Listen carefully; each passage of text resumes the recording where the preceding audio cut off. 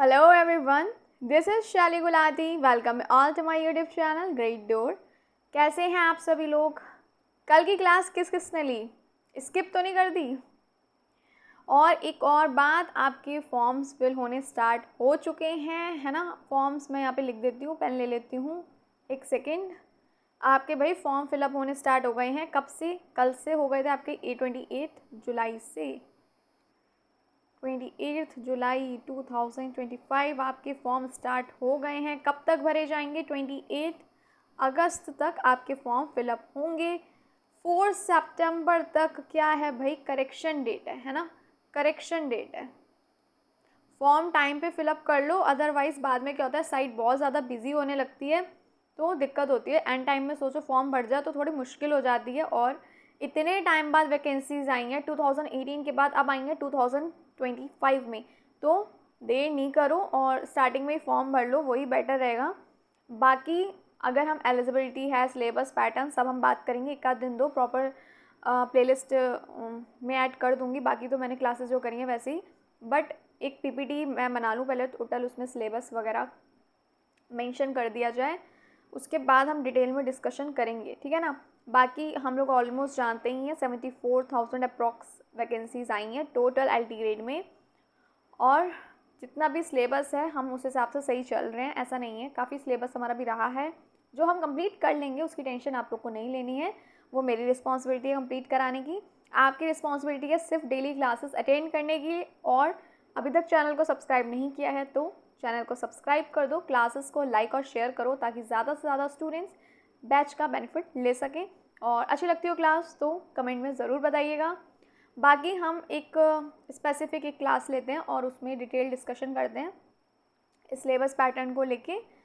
और बाकी क्लासेस आपकी प्लेलिस्ट में ऐड हैं ग्रेट डोर पे, तो कोई क्लास स्किप हो गई हो तो देख लेना। और कोई कन्फ्यूज़न, डाउट हो, कोई माइंड में क्वेश्चन हो तो आप पूछ सकते हैं। एक और बात, अभी कोई भी एग्ज़ाम डेट, कोई भी पर्टिकुलर एक कहते हैं ना, एक स्पेसिफिक डेट नहीं आई है, या कोई ऐसा स्पेसिफिक मंथ जो नहीं बताया गया है कि जैसे लाइक अगस्त में होगा, अक्टूबर में। अगस्त में तो कोई पॉइंट ही नहीं है, अगस्त तक तो फॉर्म भरे जा रहे हैं। एक एग्जांपल दे रही हूँ, जैसे नवंबर दिसंबर कब होगा, स्पेसिफिक कोई मंथ अभी तक क्लियर नहीं हुआ है कि कब होगा।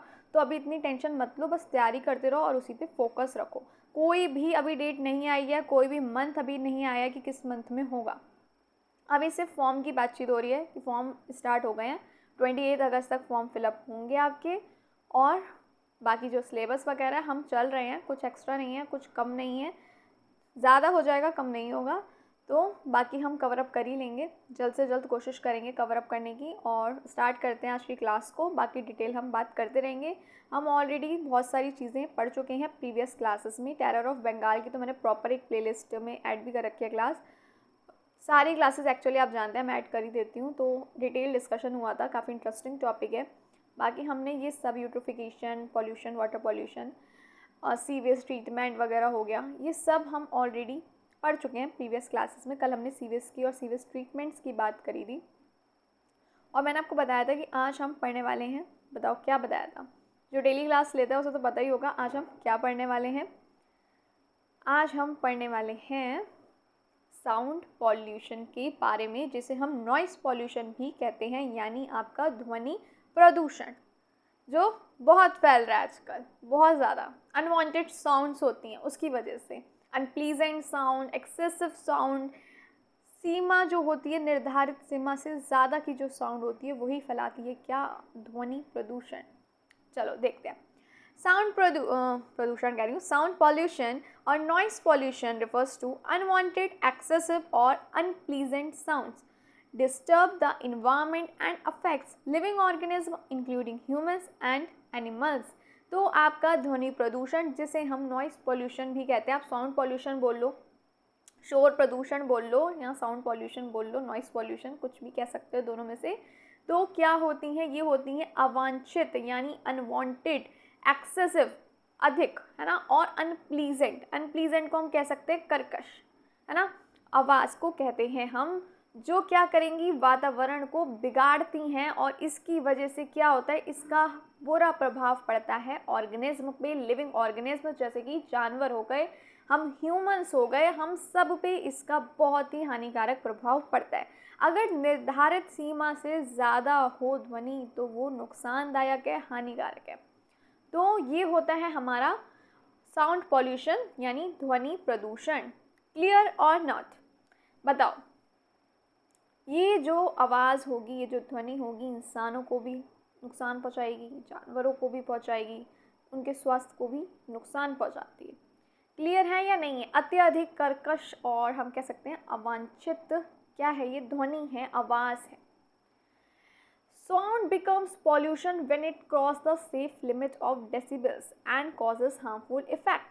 भाई जो ध्वनि है वो कब प्रदूषण बन जाती है? जब वो क्रॉस कर लेती है एक सेफ लिमिट से, एक निर्धारित लिमिट होती है, जब वो उस लिमिट से, डेसिबल लिमिट से ज़्यादा हो जाएगी तब वो हो जाएगी हानिकारक, और इसके काफ़ी हानिकारक प्रभाव पड़ेंगे सारे लिविंग ऑर्गेनिज्म पे। क्लियर है? तो कब होती है साउंड पॉल्यूशन में ट्रांसफ़र? पता चल गया, जब निर्धारित सीमा से ज़्यादा हो जाती है। सेफ डेसिबल लिमिट्स क्या होंगी? एज पर CPCB यानी सेंट्रल पॉल्यूशन कंट्रोल बोर्ड के अकॉर्डिंग सेफ डेसिबल लिमिट्स कौन सी होंगी? तो अगर हम बात करें, देखो साइलेंट जोन, एरिया टाइप देख लेते हैं। साइलेंट जोन, रेसिडेंशियल जोन, आपका कॉमर्शियल हो गया, देन हो गया आपका इंडस्ट्रियल। तो सेफ जोन क्या होगी, चलो देख लिया जाए, और पेन कॉपी ले लिया करो, देखो साथ में नोट्स बनाते चलो, अदरवाइज प्रॉब्लम हो सकती है। तो शांत क्षेत्रों में, है ना, साइलेंट जोन में, यानी आपके शांत क्षेत्र जो होंगे आपके, उसमें दिन में अधिकतम क्या होनी चाहिए, लिमिट होनी चाहिए 50 डेसिबल। क्लियर? और रात के समय होनी चाहिए 40 डेसिबल। क्लियर? ये है सेफ लिमिट। साइलेंट जोन यानी शांत क्षेत्रों की क्या डेसिबल लिमिट, सेफ कह सकते हैं। दिन में अधिकतम सीमा होनी चाहिए 50 डेसिबल एंड नाइट में होनी चाहिए 40 डेसिबल। देन आ जाते हैं आपके आवासीय क्षेत्र यानी रेसिडेंशियल, आवासीय क्षेत्र। इसमें क्या होनी चाहिए भाई? इसमें होनी चाहिए 55 डेसिबल दिन में और 45 डेसिबल रात में। कॉमर्शियल में, कॉमर्शियल प्लेसेस जो होंगे उसमें 65 डेसिबल दिन में होती है सेफ लिमिट, और 55 डेसिबल होगी आपकी रात के समय। क्लियर है या नहीं है? व्यावसायिक क्षेत्र कहेंगे हम कॉमर्शियल को। देन इंडस्ट्रीज, फैक्ट्रीज वगैरह जो हो गई आपकी, उसमें डे लिमिट जो होगी, सेफ डे लिमिट, वो होगी 75 डेसिबल एंड नाइट लिमिट होगी 70 डेसिबल। ठीक है, एक नोट करके लिख दो, मैंने इसलिए स्पेसिफिक नोट यहाँ पे इसलिए मेंशन कर दिया क्योंकि कहीं मैं भूल ना जाऊँ, आपको पढ़ाते टाइम मिस ना हो जाए, स्किप ना हो जाए। तो अगर 85 डेसिबल से ज़्यादा साउंड होगी लंबे समय तक तो भाई इससे हियरिंग लॉस हो सकता है ना। लंबे समय तक अगर 85 डेसिबल से ज़्यादा सुना जाए तो सुनने की क्षमता आपकी ख़त्म हो जाएगी, कम हो सकती है। आई होप क्लियर हो गया होगा। नहीं हुआ तो प्लीज़ बताइएगा, कोई कन्फ्यूज़न, डाउट लग रहा हो तो बता दीजिएगा। आगे बढ़ा जाए, चलिए।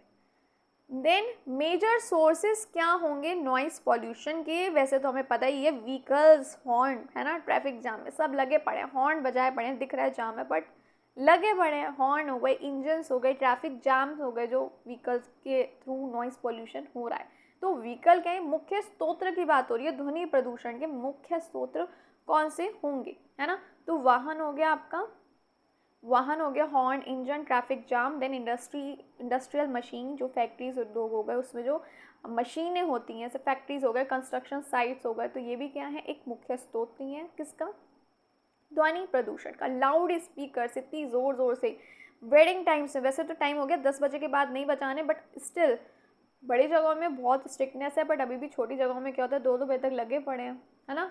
तो फेस्टिवल्स हैं, पॉलिटिकल रैलीज हैं, कई बार क्या होता है, जो एक सेफ लिमिट होती है ना, उससे ज़्यादा की साउंड होती है, तो वो कितना हेल्थ पे इफ़ेक्ट करती है, हार्ट वगैरह सब पे करती है। देन एयरपोर्ट पे aircraft take off and landing, विमान का टेक ऑफ और लैंडिंग के टाइम जो होती है, ये भी मुख्य स्रोत है। देन डोमेस्टिक सोर्सेज जो हो गए, जैसे लाउड म्यूजिक हो गया, टीवी, किचन अप्लायंसेस होता है ना, हम घर में भी कम नहीं है, बहुत ज़्यादा एक्स्ट्रा वॉइस में गाने लगा लिए, स्टार्ट डांस करना, तो ये सब क्या है, नॉइस पॉल्यूशन के ही सोर्सेज हैं, स्रोत हैं। घरेलू स्रोत हो गए आपके, लाउड म्यूजिक घर में बजाया, आप पार्टी कर रहे हो, है ना, टीवी, किचन सब हो गए, रसोई उपकरण हो गए आपके किचन अप्लायंसेस। क्लियर है? आगे बढ़ें, चलो। देन हार्मफुल इफ़ेक्ट्स क्या होंगे नॉइस पोल्यूशन के मनुष्य पे, मानव पे यानी ह्यूमंस पे? सुनने की क्षमता कम हो सकती है। इससे क्या होता है, बीपी भी बढ़ता है, हाइपरटेंशन होती है, इरिटेशन नहीं होती है कई बार, स्ट्रेस होने लगता है, एंजाइटी होने लगती है, डिस्टर्ब होती है क्या, नींद खराब होती है, इरिटेशन होगी, सिर दर्द होगा, कॉन्सेंट्रेट नहीं कर पाएंगे, पढ़ाई कर रहे हैं तो नहीं कर पाएंगे, बगल में शादी हो रही है, डीजे बज रहा है इतनी लाउड म्यूज़िक में, तो पढ़ाई पे भी इसका फ़र्क पड़ेगा, आप किसी चीज़ पे फोकस नहीं कर पाएंगे। तो ये सारे हो जाते हैं क्या आपके हार्मफुल इफ़ेक्ट्स नॉइस पॉल्यूशन के मानव पे, मनुष्य पे। नोट कर लो और नोट्स प्लीज़ साथ साथ बनाते चलो, इतना टाइम अब नहीं है कि आप बाद में बनाओ। तो सोने की शक्ति कम हो जाती है, हाई बीपी हो सकता है, तनाव, बेचैनी, नींद में बाधा आएगी, है ना, डिस्टर्ब्ड स्लीप, चिड़चिड़ापन, सिर दर्द, फोकस नहीं कर पाएंगे, डिफ़िकल्टी होगी कंसंट्रेशन में यानी ध्यान लगाने में होगी कठिनाई, स्पेशली बच्चे अगर पढ़ रहे हैं तो फोकस नहीं कर पाएंगे। क्लियर है या नहीं? इंसानों पे इसके कौन से हानिकारक प्रभाव पड़ेंगे? हेल्थ पे भी पड़ रहा है, देखो कितना हेल्थ पे प्रभाव पड़ रहा है।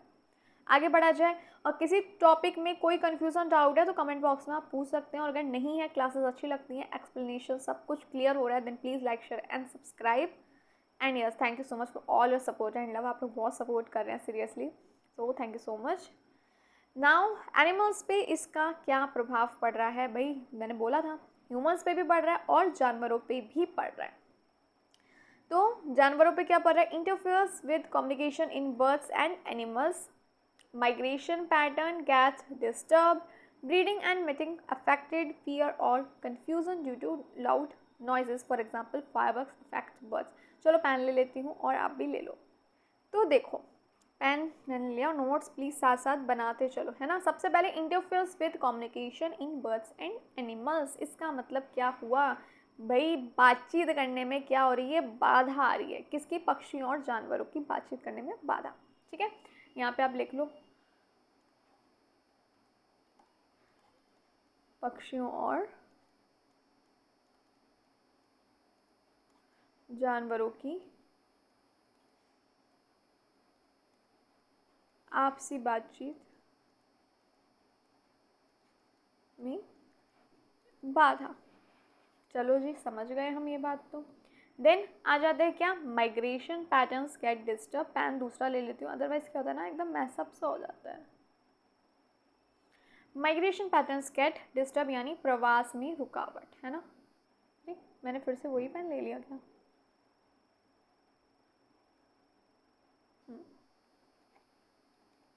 प्रवास में रुकावट होती है यानी माइग्रेशन में, है ना।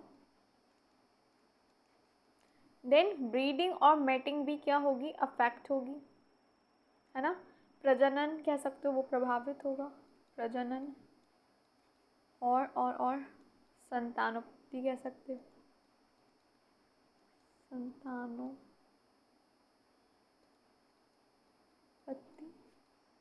प्रभावित होगी। और क्या होगी? और क्या होगा? फियर और confusion due to loud music की वजह से क्या होता है? डर जाते हैं। कई बार क्या होता है, हम भी बैठे हो, अचानक एकदम ज़ोर से एकदम आवाज़ आए म्यूज़िक की, एकदम लाउड स्पीकर बजते हैं, तो खुद भी एकदम ऐसे होता है ना, एकदम हार्ट बीट फास्ट हो जाती है। नॉर्मल कोई ज़ोर से बोल दे, आराम से सो रहे हो, तो भी क्या होता है, एकदम टीवी चला दो, वॉइस एकदम तेज़ होती है। कई बार होता है सेटअप बॉक्स वगैरह में, कई बार क्या होता है, अगर पहले से ही साउंड आपकी मतलब उसका अप होती है, तो क्या होता है, एकदम खोलो, एकदम इतनी लाउड वॉइस आती है, साउंड आती है, एक्चुअली वॉइस कह रही हूँ, लाउड साउंड आती है कि बस सोते सोते एकदम उठ जाओ, अच्छी खासी नींद खुल जाएगी। तो क्या होता है, एकदम होता है ना, हार्ट बीट फास्ट हो जाती है। वैसे ही क्या होता है, बर्ड्स भी होती है, एकदम पटाखे होते हैं ना, वो डर जाती हैं, पटाखों का शोर कितना ज़्यादा होता है, तो उससे क्या होता है, ये भी डर जाते हैं। जो पक्षी होते हैं ज़ोरदार आवाज़ से डर जाते हैं। यहाँ पे लिख देती हूँ मैं, एक सेकेंड। पटाखों की आवाज़ कितनी तेज़ होती है। खैर मुझे भी ना पटाखों की आवाज़ पसंद नहीं है, मुझे तो नॉर्मली बस पसंद है, अनार वगैरह हो गया और ये सब चीज़ें। बाकी तो मुझे खुद इतने जो बड़े बड़े बॉम्ब्स वगैरह होते हैं बिल्कुल पसंद नहीं है। नॉइज़ पॉल्यूशन भी हो रहा है, एयर पॉल्यूशन भी हो रहा है ज़ोरदार आवाज़ से, डर, और क्या होता है, भ्रम भी, कन्फ्यूज़न भी। हुआ क्या भाई, है ना, पटाखों की आवाज़ हो गई, पटाखों की आवाज़ से क्या होता है, पक्षी जो होते हैं वो डर जाते हैं, इंसान भी डर जाते हैं, वो तो बेचारे नन्हे मुन्ने पक्षी हैं। देन ग्रीन मफलर स्कीम, ये क्या है? ये है एक प्राकृतिक सॉल्यूशन, एक नेचुरल सॉल्यूशन है। चलो, और अभी तक कोई दिक्कत आ रही है तो बताओ, देन हम स्टार्ट करते हैं। क्या ग्रीन मफलर, यहाँ तक कोई दिक्कत है तो बताओ। ग्रीन मफलर, चलो स्टार्ट करते हैं। एक प्राकृतिक समाधान है ये। ग्रीन मफलर योजना जो है क्या है? ये एक नेचुरल सॉल्यूशन है, यानी एक प्राकृतिक सॉल्यूशन यानी समाधान है ये। The green muffler scheme involves planting trees along roadsides, highways, near industries and noise-producing areas to absorb sound and reduce noise pollution. Green muffler scheme यानी ग्रीन मफलर योजना में इन्वॉल्व क्या होता है? देखो, इसमें क्या करते हैं, प्लांट्स लगाते हैं, जैसे कि रोड साइड पे, हाईवेज़ पे, इंडस्ट्रीज़ के आसपास, या फिर जो भी जगह है जहाँ पे बहुत ज़्यादा नॉइज़ है, तो वहाँ पे प्लांट्स लगाए जाते हैं, ट्रीज़ लगाए जाते हैं, ताकि वो साउंड को एब्जॉर्व करे और नॉइज़ पोल्यूशन क्या हो, वो रिड्यूस हो जाए। समझ आई? ग्रीन इस मफलर योजना है क्या? शोर को कम कर सकें, है ना, ध्वनि को सोखें जो ट्रीज़ हैं, और शोर को कम करें, रिड्यूस करें नॉइज़ पोल्यूशन को। तो ऐसे इलाकों में लगाए जाते हैं। सड़कें हो गए, है ना, आपकी फैक्ट्रीज इंडस्ट्रीज़ के पास हो गई हैं, जहाँ पे बहुत ज़्यादा शोर है, उन एरियाज़ के आसपास लगा दिए, ताकि वो उस आवाज़ को, उस अनप्लीजेंट साउंड को, उस एक्सेसिव साउंड को, या उस अनवांटेड साउंड को एब्जॉर्व करें, सोखें और रिड्यूस करें नॉइज़ पॉल्यूशन को, यानी शोर को कम कर सकें। क्लियर है इतनी बात? तो बताओ मुझे। अच्छा, वाई मफलर, ये भी मैंने इसलिए मेंशन किया, अदरवाइज़ कन्फ्यूज़न हो जाती है, कई बार रह जाता है और कुछ हमें स्किप वाली चीज़ें करनी नहीं है। एग्ज़ाम कभी भी हो जाए, है ना, कभी भी डेट आ जाए, नोटिफिकेशन आ चुका है, फॉर्म फिल हो रहे हैं, तो हमें कुछ भी स्किप नहीं करना है। Like a muffler silence engine noise plans reduce sound levels, hence the name. चलो देख लेते हैं। जैसे कि क्या होता है, मफलर जो होता है कार की आवाज़ को दबाता है ना, जैसे जैसे जैसे जैसे मफलर कार की आवाज़ को दबाता है,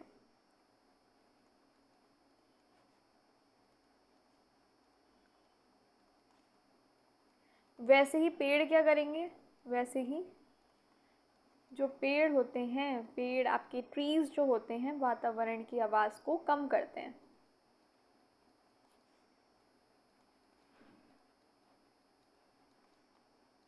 कम करते हैं,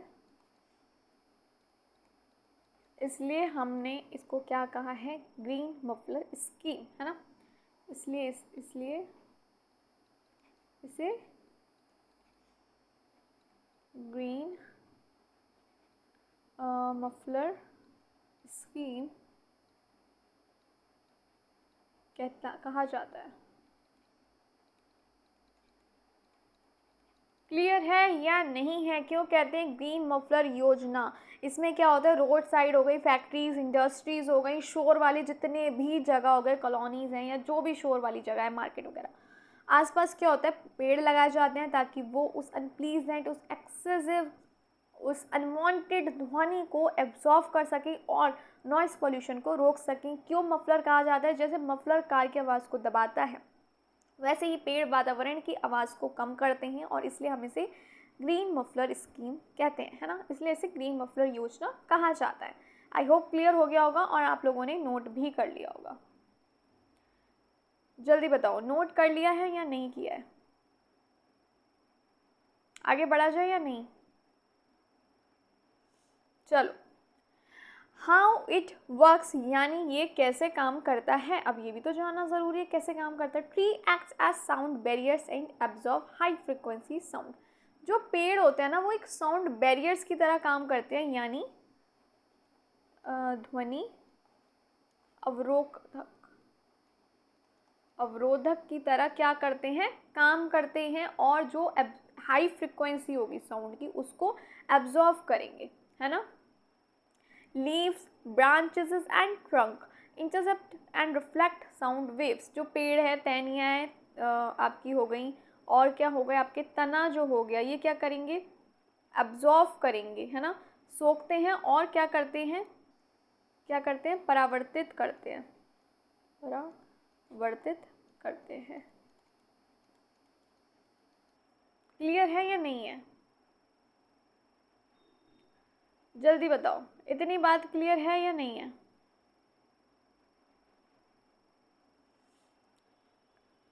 जल्दी से बता दो, इसे रेस कर दूं, एक बार पूरा ही लिख दूं। लीव्स जो होंगी आपकी, पत्तियां जो होंगी आपकी, टहनियाँ जो होंगी आपकी, और क्या होंगी, तने जो होंगे, तना ध्वनि तरंगों को जो होगा, ध्वनि तरंगे यानी साउंड वेव्स को क्या करते हैं, सोखते हैं और क्या करते हैं, रिफ्लेक्ट करते हैं, हम कह सकते हैं परावर्तित करते हैं। यहाँ पे लिख देती हूँ, पत्ते और क्या है, टहनियाँ और तना ध्वनि तरंगों को सोखते हैं और क्या करते हैं, परावर्तित करते हैं, परावर्तित करते हैं। क्लियर है इतनी बात? इससे क्या होगा, reduce sound by 10 to 50 decibel in some areas. कई जगह कितनी साउंड तो बहुत होती है, 10 to 50 डेसिबल, तो ये ध्वनि क्या करते हैं, कम करते हैं। क्लियर है? क्लियर है, यानी इससे 10 से 15 डेसिबल तक की साउंड ध्वनि कम हो सकती है। सोचो कितने काम के हैं ये, लगाने चाहिए, तभी कहते हैं ज़्यादा से ज़्यादा ट्रीज़ लगाओ। बहुत अच्छे एनवायरनमेंट के लिए भी और आपके लिए भी, क्योंकि इन सब का प्रभाव हम पे भी तो पड़ रहा है और बहुत हानिकारक प्रभाव है। आगे बढ़ते हैं। बेस्ट ट्रीज़ कौन से होंगे जो इस्तेमाल किए जाते हैं इन ग्रीन मफलर में? तो पहला हम बात करें तो वो हो गया नीम का, है ना, नीम का पेड़ हो गया, अशोका का हो गया, बेनियन हो गया, गुलमोहर हो गया और कैसिया हो गया। तो ये ट्रीज़ जो है इस्तेमाल किए जाते हैं किस में, ग्रीन मफलर में, है ना। ग्रीन मफलर स्कीम में नीम, अशोका, बरगद का यानी बेनियन, गुलमोहर और कैसिया। स्पेशल फीचर्स क्या होंगे, नीम के घना पेड़ है, हवा शुद्ध देता है ना। अशोका जल्दी ग्रो होता है और सुंदरता भी है, एस्थेटिक वैल्यूज हो गई, है ना, तेजी से बढ़ना, सुंदरता। और फिर आ जाता है आपका बेनियन, बरगद का पेड़, लार्ज कैनोपी और थिक लीव्स होती हैं यानी बड़ी छाया और मोटे पत्ते। गुलमोहर वाइड ब्रांचेस होंगी, शेड प्रूविंग होगा यानी फैली शाखाएं होंगी और हम कह सकते हैं सुंदर फूल भी होंगे। और फिर आ जाता है मजबूत और घना पेड़ हमारा cassia, Hardy and dense growth. तो ये सब जो ट्रीज़ होते हैं ये जो है इस्तेमाल किए जाते हैं किसमें, ग्रीन मफलर योजना में, जो पेड़ लगाए जा रहे हैं। देन एडवांटेजेस क्या होंगे इसके, चलो देख लेते हैं। ग्रीन मफलर के एडवांटेजेस क्या होंगे, यानी इस योजना के प्रभाव क्या होंगे। इको फ्रेंडली है एंड कॉस्ट इफेक्टिव भी है, पर्यावरण के लिए सुरक्षित भी है और सस्ता उपाय है। यहाँ पे लिख देती हूँ, पर्यावरण के लिए सुरक्षित और सस्ता उपाय।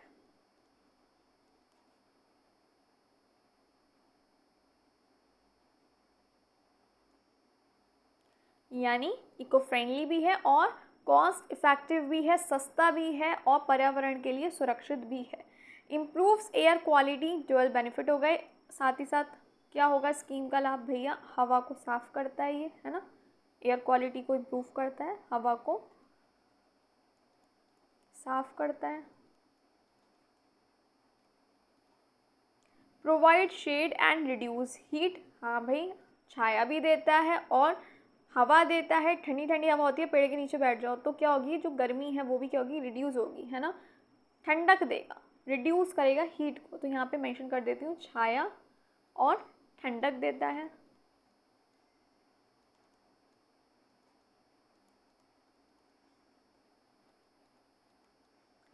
और क्या होगा, enhances scenic beauty of roads, है ना, सड़कों को क्या कहता है, सुंदरता बढ़ाता है। यहाँ पे मेंशन कर देती हूँ, ये भी सड़कों की सुंदरता बढ़ाता है, सुड़ के लिख दिया, एक सेकेंड, सड़कों की सुंदरता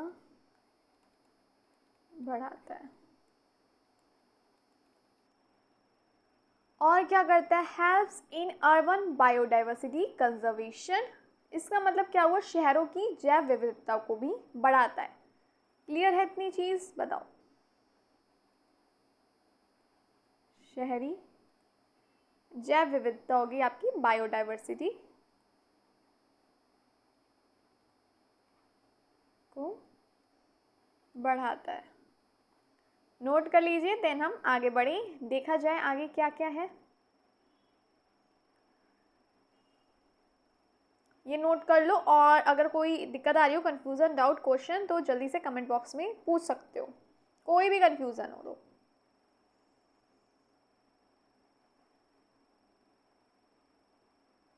बढ़ा जाए आगे। गवर्नमेंट सपोर्ट क्या होंगे? Promoted by CPCB and urban department, यानी सीपीसीबी हो गया आपका central board, sorry central pollution control board, है ना, central pollution control board. CPCB full form देखो, याद कर लेना, अदरवाइज फिर पेपर में आ गई तो कहोगे बताया नहीं, है ना। तो हर एक चीज़ को नोट करके चलो, नोट्स बनाते चलो, अदरवाइज प्रॉब्लम होगी आप लोगों को, तो हमें वो प्रॉब्लम नहीं चाहिए ना, तो नोट्स बनाते चलो, ठीक है। तो इसे सीपीसीबी और अर्बन जो हो गए आपके डेवलपमेंट की बात हो रही है ना, प्रमोट किया जाता है, यानी शहरी विकास जो हो गए, विभाग हो गए, उनके द्वारा बढ़ावा दिया जाता है। यहाँ पे लिख देती हूँ सीपीसीबी, इसे सीपीसीबी हो गए, और कौन कौन से हो गए आपके? शहरी शहरी शहरी शहरी शहरी विकास,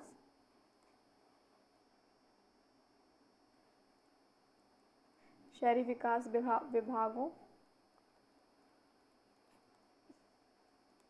विभागों द्वारा बढ़ावा दिया जाता है।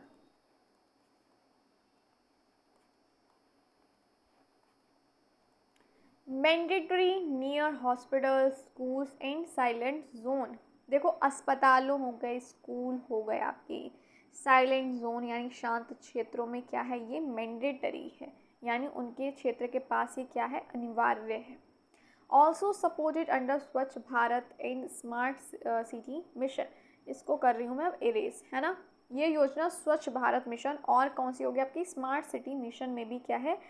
शामिल है। जो ये ग्रीन मफलर स्कीम है, ये जो योजना है, ये स्वच्छ भारत में और स्मार्ट सिटी मिशन में भी शामिल है। क्लियर है या नहीं है?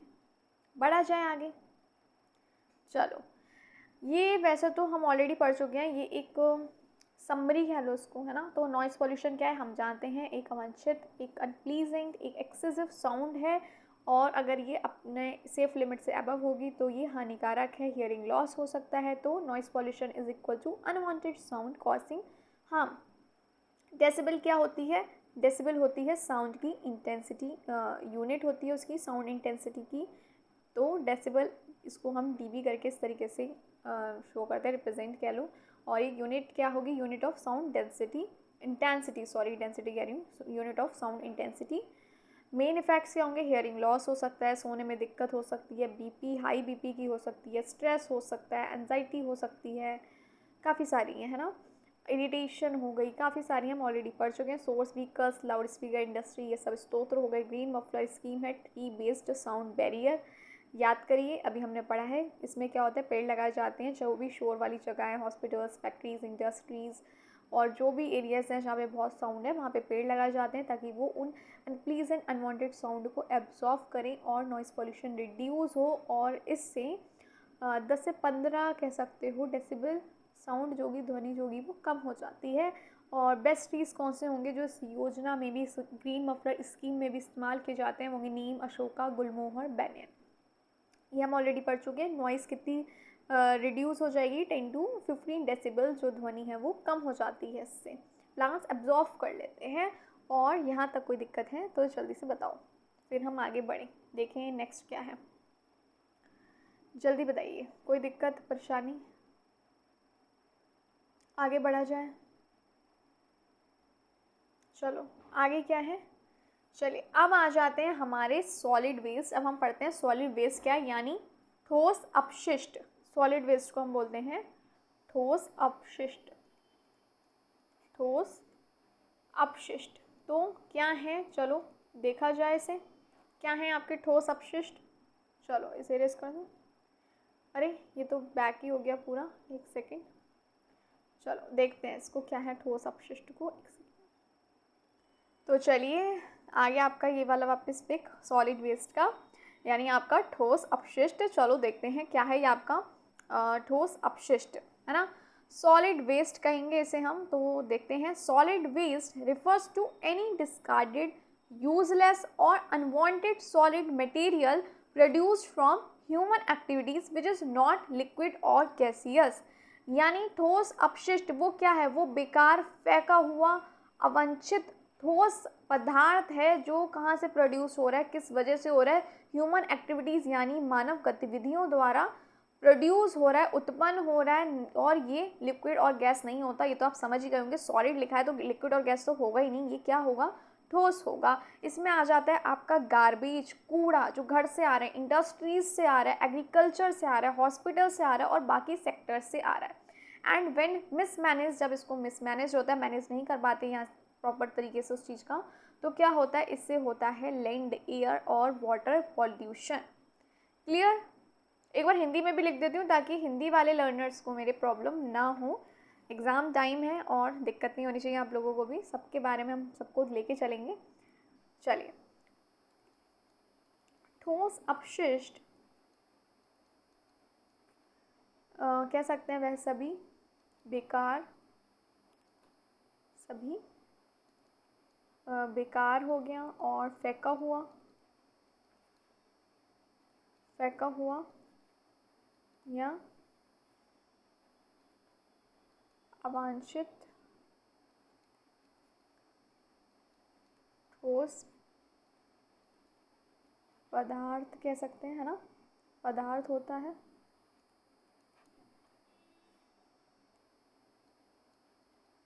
जो मानव गतिविधियों से उत्पन्न होता है और ये तरल नहीं होता, ना ही गैस होता है ना, यहाँ पे मेंशन कर दूँ। और ये तरल यानी आपका लिक्विड, तरल, और यहाँ हम कह सकते हैं, यहाँ करके लिख देती हूँ और तो मेंशन है, तरल या गैस नहीं होता है। क्लियर है? वैसे तो मैं अभी आपको बता ही चुकी हूँ आपका सॉलिड वेस्ट क्या होता है, यानी ठोस अपशिष्ट वो सभी बेकार फेंका हुआ या अनवांटेड सब्सटेंस पदार्थ होते हैं जो मानव गतिविधि द्वारा उत्पन्न होते हैं, यानी ह्यूमन एक्टिविटीज़ की वजह से क्या हो रहे हैं, प्रोड्यूस्ड हो रहे हैं, और ये लिक्विड या फिर गैस नहीं होते हैं। इसमें आपके आ जाएगा गार्बेज, जो फैक्ट्रीज से आ रहा है, घर से आ रहा है, इंडस्ट्रीज से आ रहा है, वो सारा गार्बेज आ जाएगा, जिसकी वजह से हो रहा है आपका क्या, water pollution, land pollution, air pollution, मतलब प्रदूषण हो रहा है ना। प्रदूषण हानिकारक ही होता है, ये हम लोग अच्छे से जानते हैं। सभी कुछ आ जाएगा, यहाँ पे लिख भी देती हूँ मैं, इसमें घरों से, इसमें घरों और कारखाने हो गए आपके, है ना, कारखानों, और कृषि से, एग्रीकल्चर से, यानी और किससे आ जाएगा, हॉस्पिटल से यानी अस्पतालों आदि से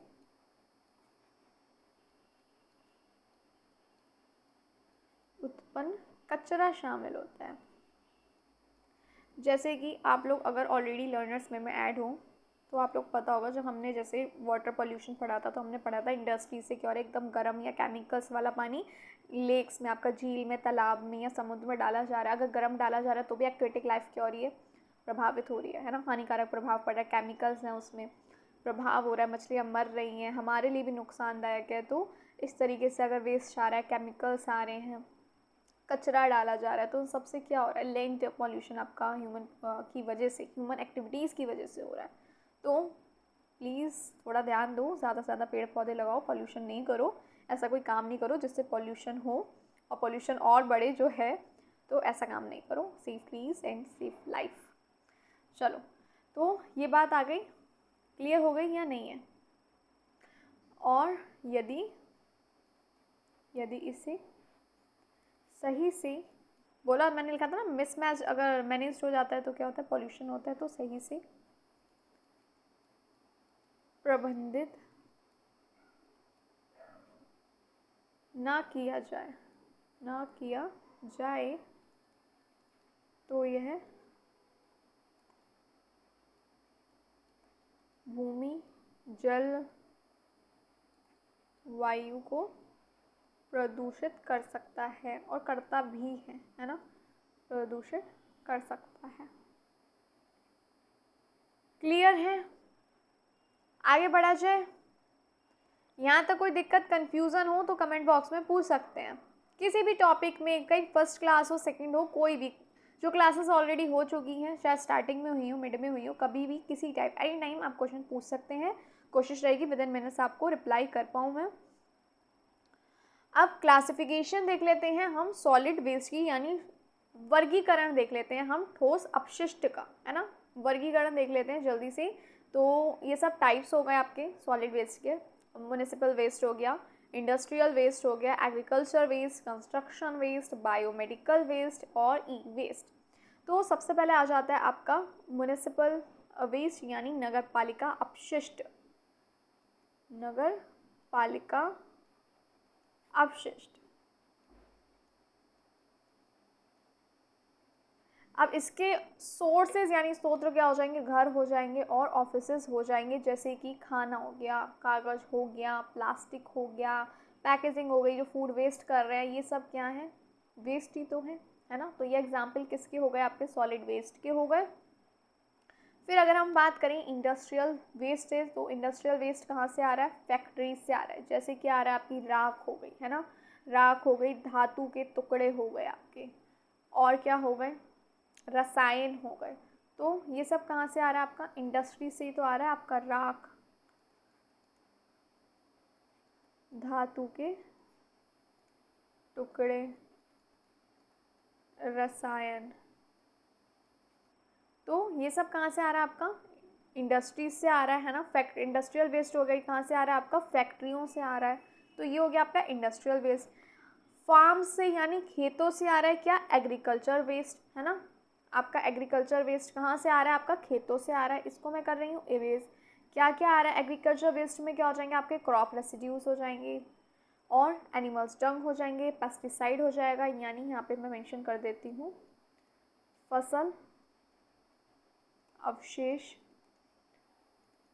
गोबर, और क्या आ जाएंगे पेस्टिसाइड यानी कीटनाशक। तो ये सब आपका कहाँ से आ रहा है, खेत से आ रहा है। ये हो गया आपका agriculture waste.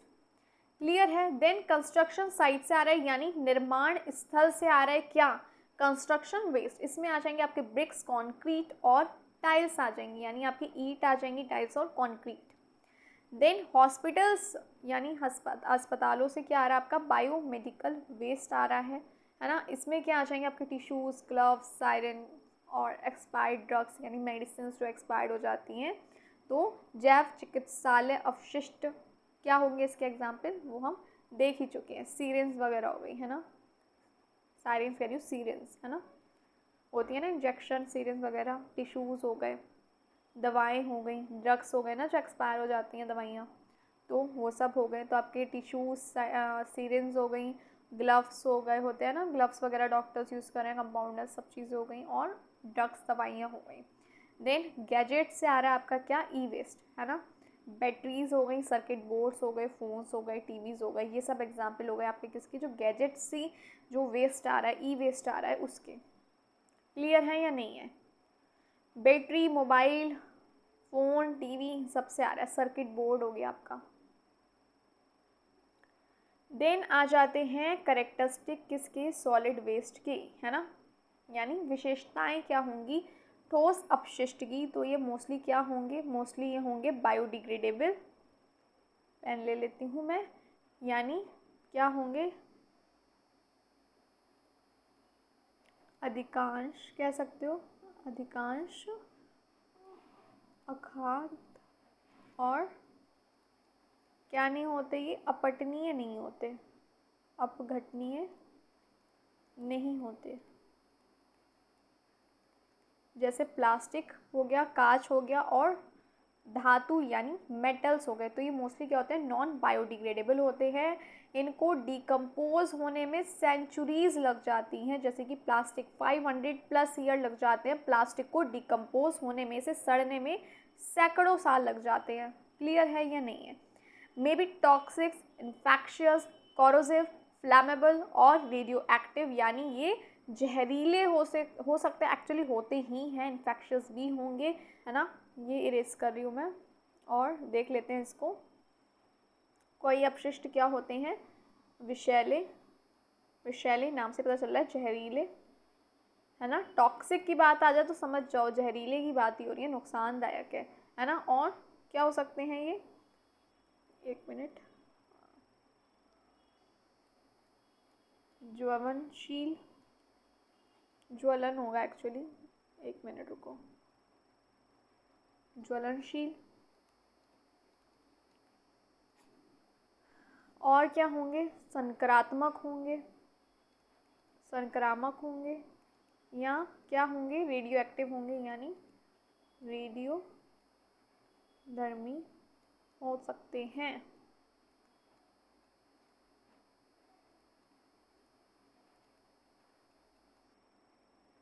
Can contaminate soil, water and air, यानी इन सबको प्रदूषित कर सकते हैं। ये मिट्टी, जल, वायु को प्रदूषित कर सकते हैं। Can contaminate soil, water and air. Clear है यहाँ तक? आगे बढ़ा जाए। हार्मफुल इफेक्ट्स क्या होंगे सॉलिड वेस्ट के, यानी हानिकारक प्रभाव क्या होंगे ठोस अपशिष्ट के? तो ये सब इसके इफेक्ट्स हो गए, प्रभाव हो गए। Health hazards, animal threat, soil degradation, water pollution, air pollution and biomagnification. अच्छा, air pollution, water pollution, soil हो गया आपका, बायोमैग्निफिकेशन हो गया, ये सब हम ऑलरेडी डिटेल में पढ़ चुके हैं। नहीं देखे हैं क्लासेस तो प्लीज़ अटेंड कर लो, ऑलरेडी काफ़ी डिटेल में इसको हम डिस्कस कर चुके हैं क्लासेस में, तो मिस मत करना और अटेंड करना क्लास को। तो जल्दी से इसको भी देख लेते हैं, पेन ले लेती हूँ। देखो, हेल्थ हजार्ड्स हम कहेंगे इसको क्या? स्वास्थ्य पर असर। एनिमल थ्रेट, जानवरों पर खतरा। सॉइल डिग्रेडेशन,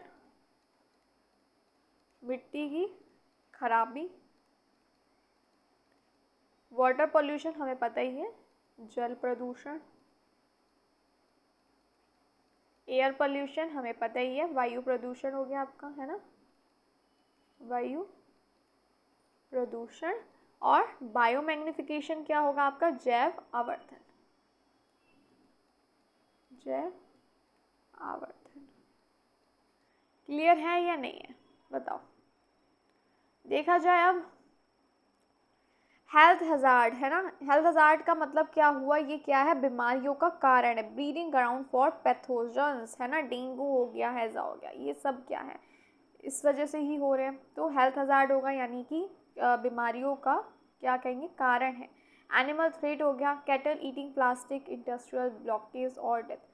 जो कैटल्स हो गई आपके, गाय पशु हो गए, वो क्या होंगे? प्लास्टिक खाएंगे तो क्या होगा? इंटेस्टाइनल जो होंगी वो ब्लॉकेज हो जाएंगी और उनकी मृत्यु हो जाती है ना। प्लास्टिक खाएंगे तो जिंदा कैसे रहेंगे? सॉइल डिग्रेडेशन हो जाएगा, यानी loss of fertility and water retention, मतलब मिट्टी में क्या होगी? खराबी होगी। उपजाऊ कम होना मिट्टी, है ना, उपजाऊ जो होगी वो कम होगी, उपजाऊपन कह सकते हो, कम होना। जल धारण क्षमता कम होना, वाटर रिटेंशन हम कह सकते हैं घटती है। यहाँ तक कोई दिक्कत है तो बताओ जल्दी, फिर समझते हैं। सॉलिड वेस्ट यानी ठोस अपशिष्ट के कौन कौन से प्रभाव होंगे? सबसे पहला हेल्थ हजार्ड होगा, यानी बीमारियों का कारण है, डेंगू हो गया ये सब। देन जानवरों को भी खतरा है, प्लास्टिक खाएंगे तो क्या होगा? ब्लॉकेज हो जाएंगी अंदर चीज़ें, और क्या होगा? उनकी मृत्यु हो सकती है। सॉइल डिग्रेडेशन हो जाएगी, मिट्टी भी खराब हो जाएगी। फर्टिलिटी जो होगी, उपजाऊपन होगा, वो क्या होगा? कम हो जाता है। पानी धारण क्षमता कम हो जाती है, वाटर रिटेंशन हो जाता है, होता है या नहीं है? क्षमता घटती है। फिर जल प्रदूषित हो जाता है, जल प्रदूषण हो गया। टॉक्सिस हो गए, है ना, लिचेट्स एंटर ग्राउंड वाटर, यानी जहरीले तत्व क्या होते हैं, ज़मीन के नीचे जल में जाते हैं। एयर पॉल्यूशन हो गया, burning waste release dioxins, furans, CO और SOx। तो अगर क्या होगा, वेस्ट जो होगा वो जलेगा तो उससे काफ़ी हार्मफुल गैसेस जो होंगी वो रिलीज़ होंगी या नहीं, डाइऑक्सिन हो गया, C हो गया, SO2 हो गया, निकलती हैं। Then biomagnification, toxic compounds accumulate up the food chain, जहर जो होगा, जहर खाद्य श्रृंखला में जो होगा वो खाद्य श्रृंखला में फैलता है। तो toxic compounds accumulate up to food chains. Clear है यहाँ तक? आगे बढ़ा जाए। मैनेजमेंट ऑफ सॉलिड वेस्ट यानी ठोस अपशिष्ट का प्रबंध क्या होगा, देखो 3RS। इसको ना हमने प्रॉपर एक क्लास में बहुत ही ज़्यादा डिटेल में पढ़ा था। Reduce, reuse and recycle. Reduce करना यानी अवॉइड करें अननेसेसरी पैकिंग, आप प्लास्टिक का क्या करें, यूज़ ना करें, है ना, क्लॉथ पेपर बैग का यूज़ करें। रीयूज़ करें, क्लॉथ बैग हैं, ग्लास बोतल है, उन्हें दोबारा रीयूज़ करें। रिसाइकिल करें, प्लास्टिक है, पेपर मेटल्स है, इसको क्या करें, दोबारा रिसाइकिल किया जाए, पुनः प्रयोग किया जाए। तो इससे क्या होगा, जो ठोस अपशिष्ट है वो क्या होगा, मैनेजमेंट होगा, कम भी होगा, रीयूज़ करें, रिसाइकिल करें जो ऑलरेडी है। Then sanitary landfills, waste is compressed and buried in scientific manner, कचरे को दबाकर वैज्ञानिक तरीके से ज़मीन में डालना, है ना, कचरे को दबाकर वैज्ञानिक तरीके से ज़मीन में डालना।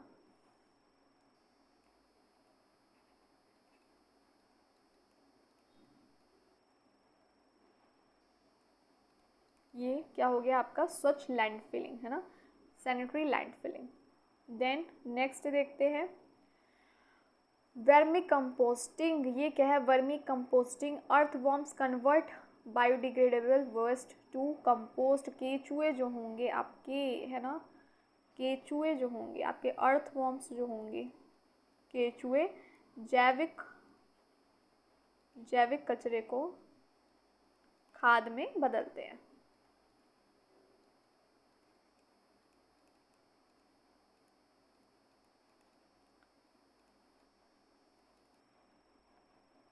देन बायो रेमिडिएशन, ये क्या हो गया आपका, जैव उपचार हो गया। यूज़ ऑफ माइक्रोब्स टू डाइग्रेड और डिटॉक्सिफाई वेस्ट, यानी माइक्रोब्स द्वारा क्या किया जाए, जो विषैले कचरे को तोड़ने का, यहाँ पे मेंशन कर देती हूँ, तोड़ना या बेअसर करना। अर्थवॉर्म्स हो गया, बायो रेमिडिएशन यानी माइक्रोब्स द्वारा जो टॉक्सिक हो गया आपका, जो जहरीला या विषैले कचरे को क्या करना, डिग्रेड करना, हम कह सकते हैं तोड़ना, या क्या करना, बेअसर करना। ये हो गया आपका बायो रेमिडिएशन यानी जैव उपचार। क्लियर है यहाँ तक? नेक्स्ट देखते हैं, देखा जाए नेक्स्ट आई थिंक है आपकी दहन विधि। हाँ जी, ये हो गया आपका इंसैनरेशन, ये हो गया आपका इंसैनरेशन, दहन विधि, दहन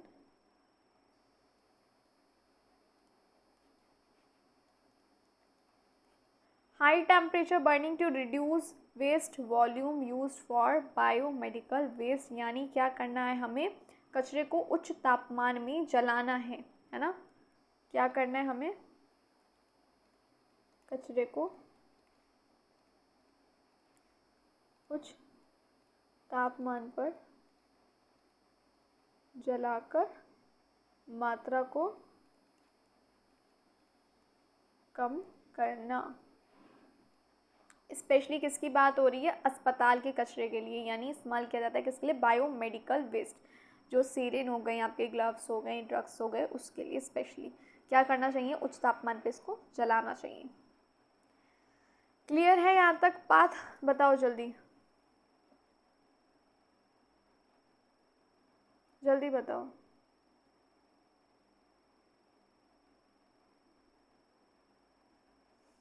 फिर आ जाते हैं आपके रूल्स एंड लॉज, यानी कानून और नियम क्या होंगे। सॉलिड वेस्ट मैनेजमेंट रूल्स 2016 क्या है, इसमें फोकस किया on segregation at source, compositing and recycling, है ना। सॉलिड ठोस अपशिष्ट मैनेजमेंट नियम क्या होगा, ये 2016 जो है प्रबंध नियम, यानी ठोस अपशिष्ट प्रबंध नियम 2016, इसमें किस पे फोकस किया गया, स्रोत पर अलगाव और क्या है कंपोजिटिंग रिसाइकलिंग पर फोकस किया, यानी जोर किया गया पर जोर।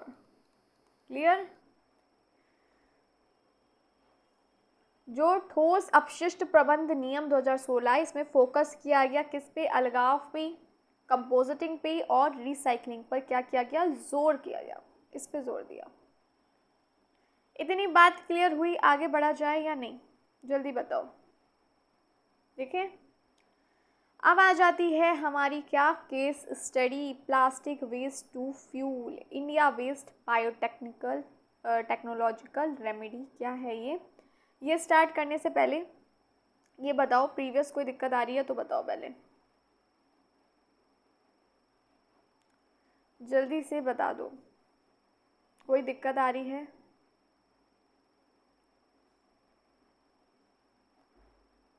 आगे बढ़े जाए, इसको देखें अब तो, चलो जल्दी से देखते हैं ये केस स्टडी क्या है। इसमें क्या है, प्लास्टिक वेस्ट को किस में कन्वर्ट किया जा रहा है, फ्यूल में सॉरी, है ना, यानी प्लास्टिक कचरा जो हो गया आपका, प्लास्टिक वेस्ट, यहाँ पे ऐसे करके लिख देती हूँ, plastic,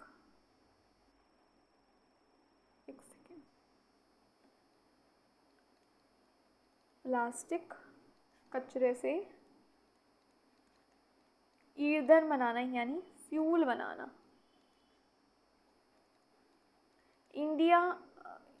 India based biotechnological remedy है, यानी हमारे प्यारे भारत आधारित बेस्ड जो है ना, आधारित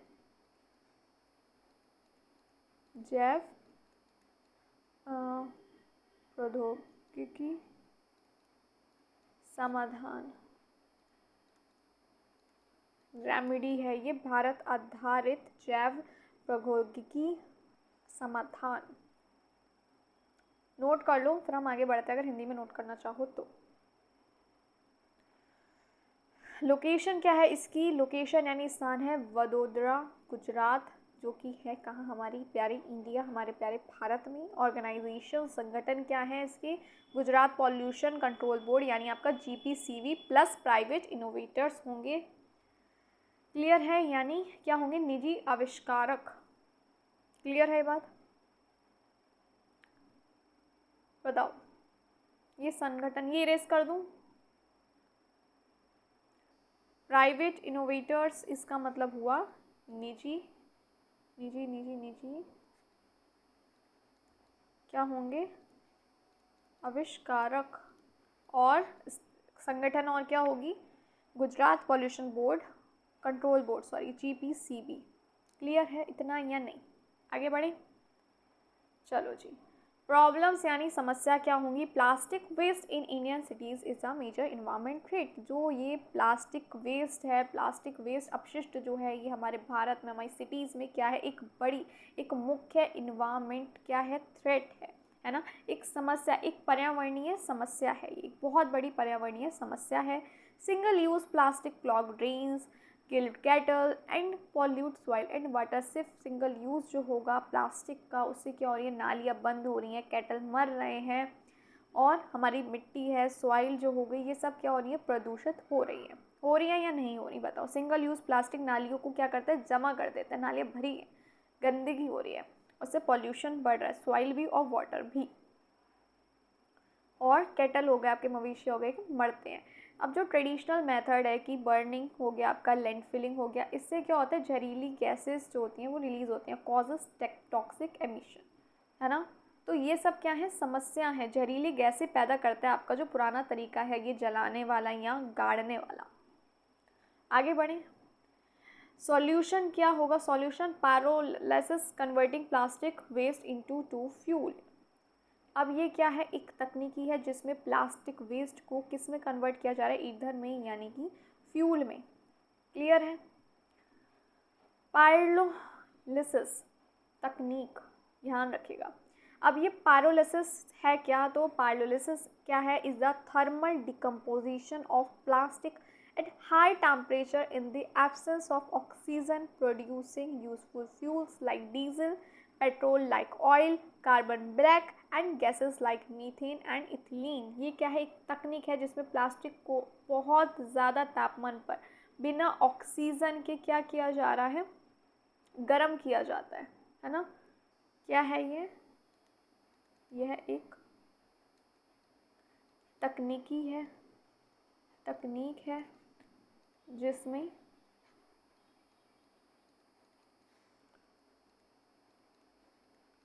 प्लास्टिक को बहुत ज़्यादा तापमान किसकी बात हो रही है? अप्रॉक्स हम कह सकते हैं 350 to 500 डिग्री सेल्सियस पर बिना ऑक्सीजन के, है ना, बिना ऑक्सीजन के गर्म किया जाता है।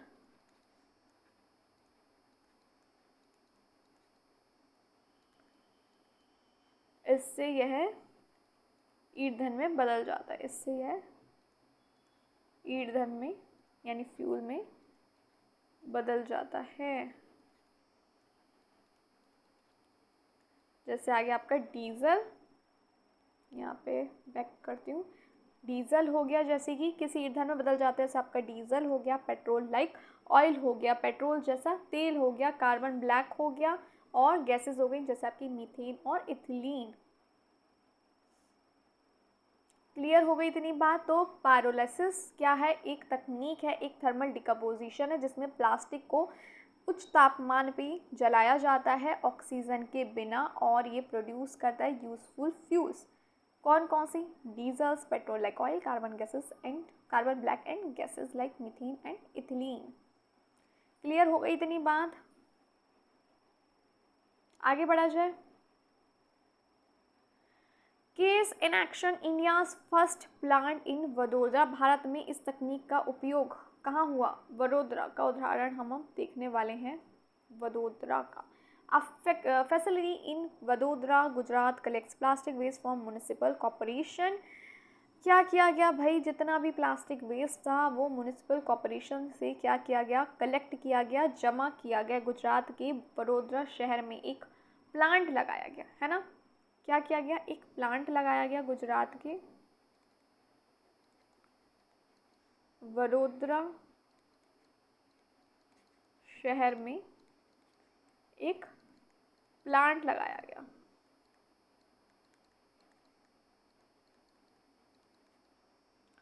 इंडिया का पहला प्लांट कहाँ? इन वडोदरा प्लांट लगाया गया।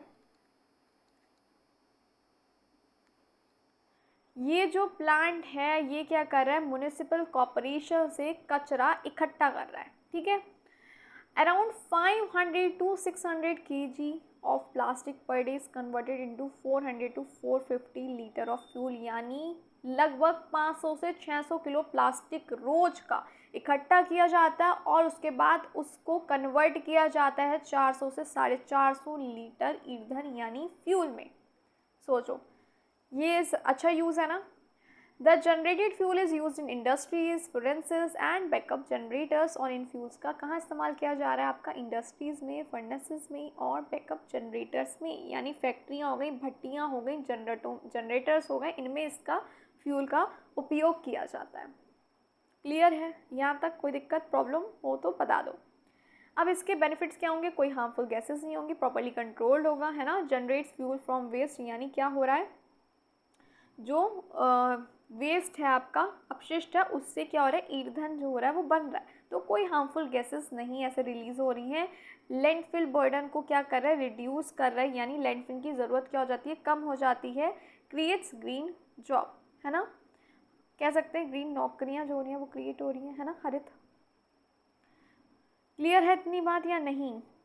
हरित नौकरियां मिलती हैं। Prevents plastic from entering soil और वाटर, भाई प्रिवेंट करता है, रोकता है क्या, प्लास्टिक है वो मिट्टी या सॉइल में ना जाए, और अगर जाएगा नहीं तो उससे मिट्टी का और वाटर का, सॉइल का क्या होगा, प्रदूषण नहीं होगा, पॉल्यूट नहीं होगी, तो मिट्टी और जल में नहीं जाता है, रोकता है। क्लियर है इतनी बात या नहीं है? प्रिवेंट करता है ये।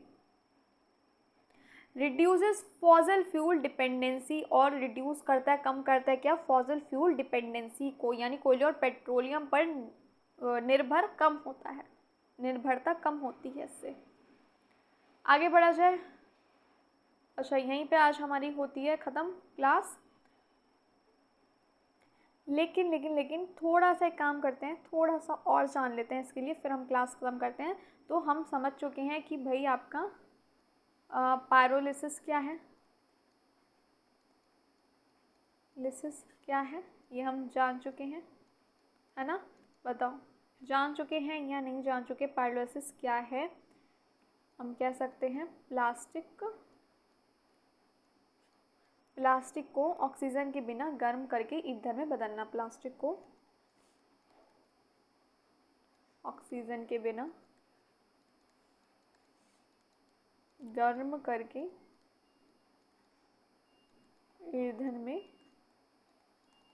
बदलना, है ना?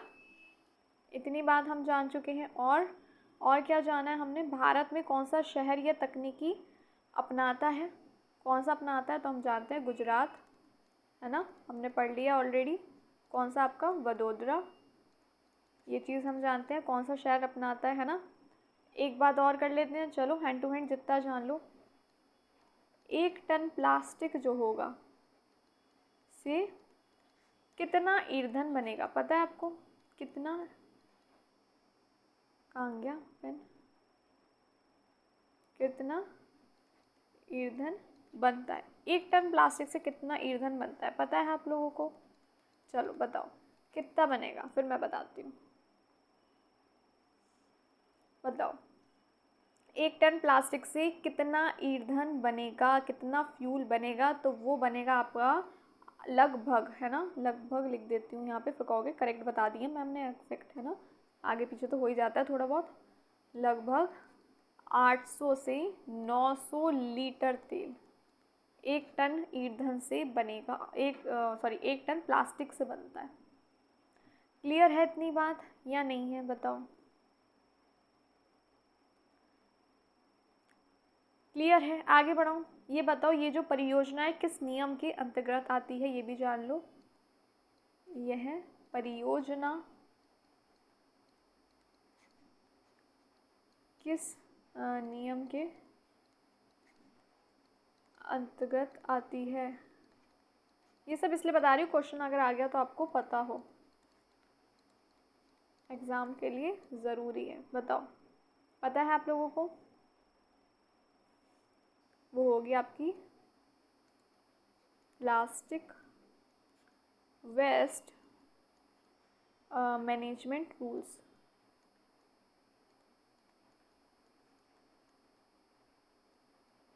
दो 2016। इसे नोट कर लो, इसे नोट कर लो जल्दी से। कोई दिक्कत कन्फ्यूज़न है तो बता देना। कोई कन्फ्यूज़न, कोई क्वेश्चन हो कमेंट बॉक्स में पूछ लेना। और देख लेते हैं हम भारत के अन्य समाधानों की एक झलक देख लेते हैं हम। समाधानों की झलक समझ लो, है ना, एक झलक देख लेते हैं हम। चलो बाकी समाधानों की भी एक झलक देख ली जाए, है ना। चलो देखें तो सबसे पहले हम बात कर लेते हैं प्लास्टिक से सड़क निर्माण। जी हाँ, प्लास्टिक से क्या से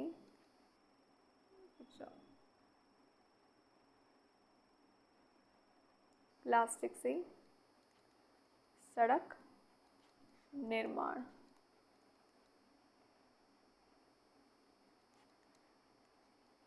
किसने किया? डॉक्टर, नीचे लिख देती हूँ, रुक जाओ।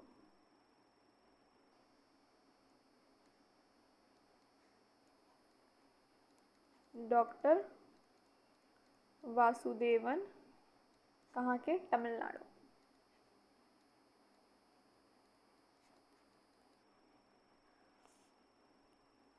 ये नोट कर लिया, आगे इसके बारे में थोड़ा सा फिर लिखती हूँ मैं, पेन ले लूँ।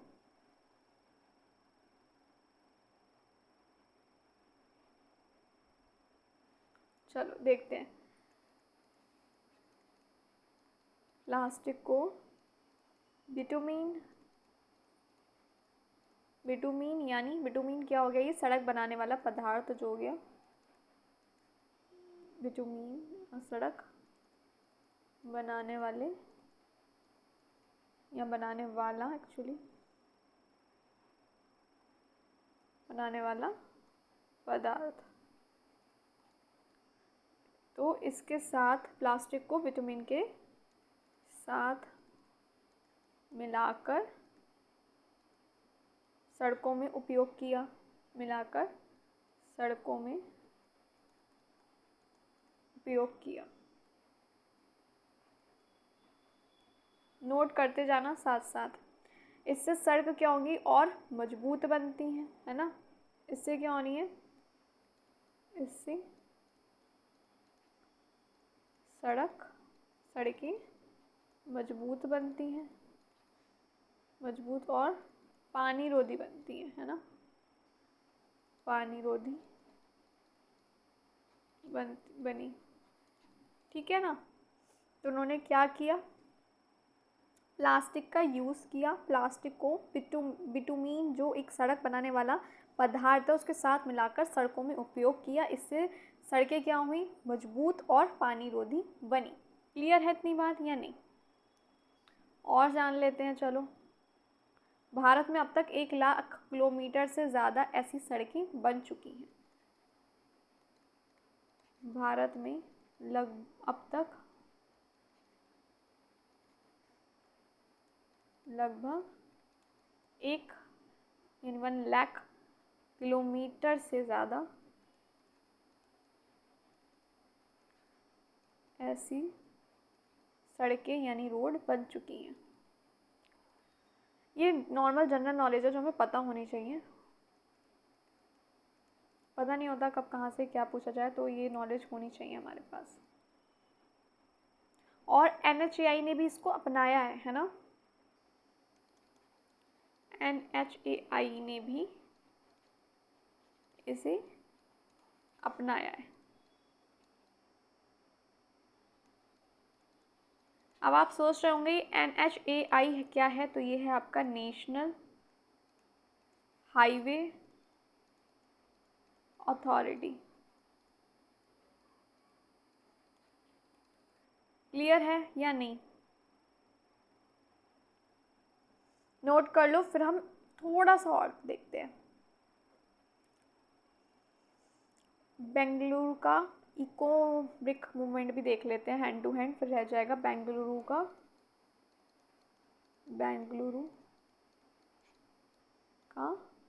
इको ब्रिक मूवमेंट देखते हैं, जल्दी से नोट करो।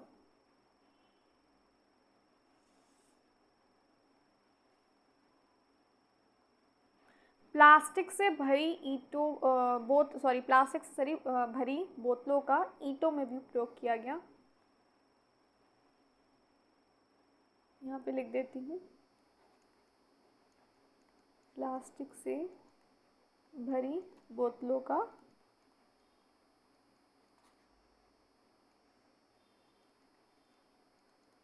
ईंट की तरह, ईंटों में से मतलब था मेरा ईंट की तरह इस्तेमाल किया गया।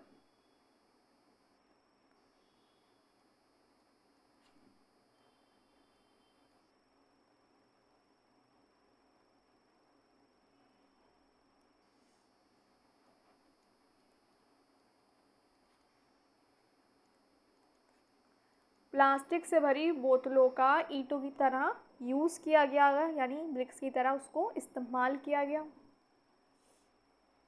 बेंच हो गई आपकी, बेंच हो गई, दीवारें हो गई, और छोटे छोटे निर्माण कार्य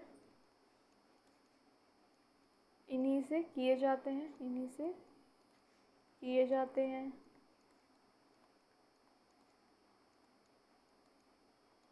क्लियर है या नहीं है? और देख लेते हैं, यह एक सस्ते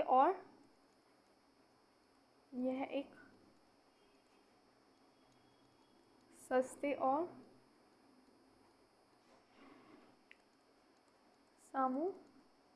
सामुदायिक तरीके से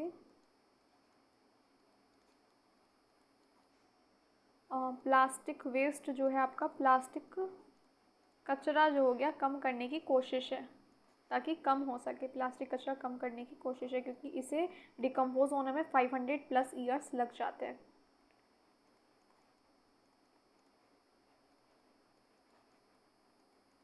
नोट कर लीजिए, जल्दी से इसे नोट कर लो।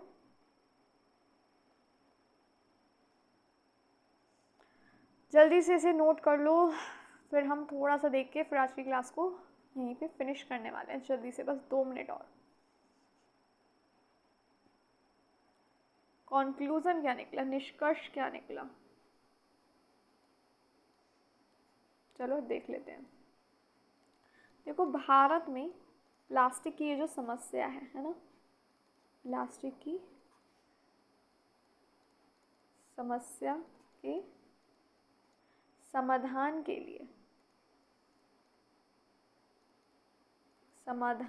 लिए कई नवीन और पर्यावरण कह सकते हो, पर्यावरण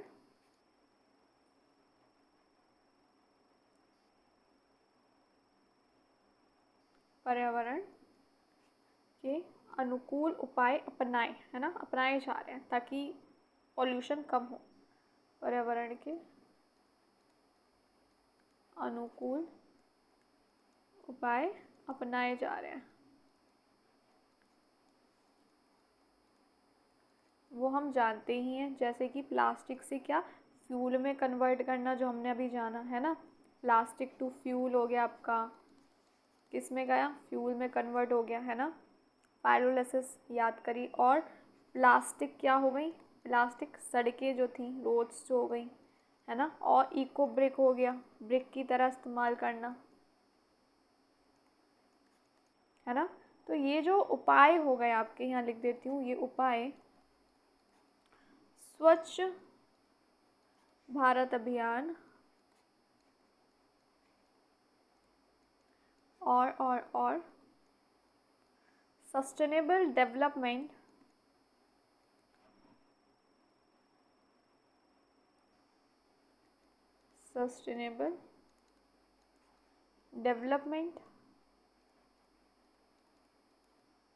डेवलपमेंट के लक्ष्यों के अनुरूप है,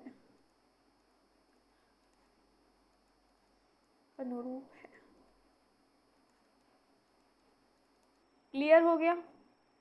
कोई दिक्कत, परेशानी, समस्या तो बताओ, कोई कंफ्यूजन, डाउट जल्दी से बताओ अगर है तो आज की क्लास आपकी यहीं पे समाप्त होती है, फिनिश होती है। आज की क्लास अच्छी लगी हो तो कमेंट बॉक्स में ज़रूर बताइएगा, मैं वेट करूँगी आपके रिव्यूज़ का। और कोई प्रॉब्लम हो, कन्फ्यूज़न, क्वेश्चन हो तो आप कमेंट बॉक्स में पूछ सकते हैं। मेरी क्लासेस अच्छी लगती हूँ तो प्लीज़, अगर अभी तक चैनल को सब्सक्राइब नहीं किया तो चैनल को सब्सक्राइब कर लीजिए, क्लासेस को ज़्यादा से ज़्यादा शेयर करिए, और प्लीज़ एक लाइक, वो तो बनता ही है ना, इतना सपोर्ट करते ही हो आप लोग, तो please like, share and subscribe. और मिलती हूँ फिर आपसे कल शाम को 6 बजे न्यू टॉपिक के साथ, और डिस्कस करेंगे, फिर से कुछ नया पढ़ेंगे।